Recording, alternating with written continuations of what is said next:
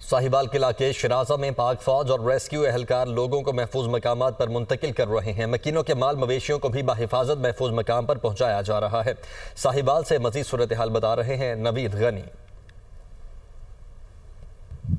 जी बिल्कुल, हम इस वक्त मौजूद हैं शराजा पत्तन के मुकाम पर। दरिया रावी के कटाव की वजह से हज़ारों एकड़ जो ज़रई अराज़ी थी वो ज़ेरे आब आ चुकी है। ये आबादियों के बिल्कुल मुहक्का आबादियाँ यहाँ पर मौजूद हैं। वहाँ पे पानी 4 घंटे में, पिछले 4 घंटे में जो लाखों क्यूसेक पानी का रेला यहाँ से दरिया रावी से गुजर है, उसके कटाव की वजह से जो दह की आबादियाँ हैं वो भी मुतासर हो रही हैं। बहुत ज़्यादा जो देहात है उसकी जद में आ चुके हैं। रेस्क्यू 1122 के एहलकारों का, पाक फौज के जवान यहाँ पर मौजूद हैं। किसी भी किस्म की नागहानी सूरत से बर वक्त निपटने के लिए पाक फौज और रेस्क्यू यहाँ पर मौजूद है।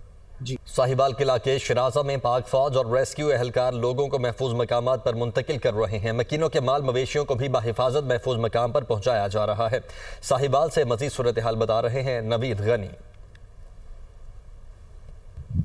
जी बिल्कुल, हम इस वक्त मौजूद हैं शराजा पत्तन के मुकाम पर। दरिया रावी के कटाव की वजह से हज़ारों एकड़ जो ज़रई अराज़ी थी वो ज़ेरे आब आ चुकी है। ये आबादियों के बिल्कुल मुहक्का आबादियाँ यहाँ पर मौजूद हैं।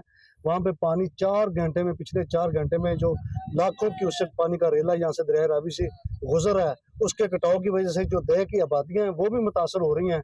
बहुत ज़्यादा जो देहात है उसकी जद में आ चुके हैं। रेस्क्यू 1122 के एहलकारों का, पाक फौज के जवान यहाँ पर मौजूद हैं। किसी भी किस्म की नागहानी सूरत से बर वक्त निपटने के लिए पाक फौज और रेस्क्यू यहाँ पर मौजूद है।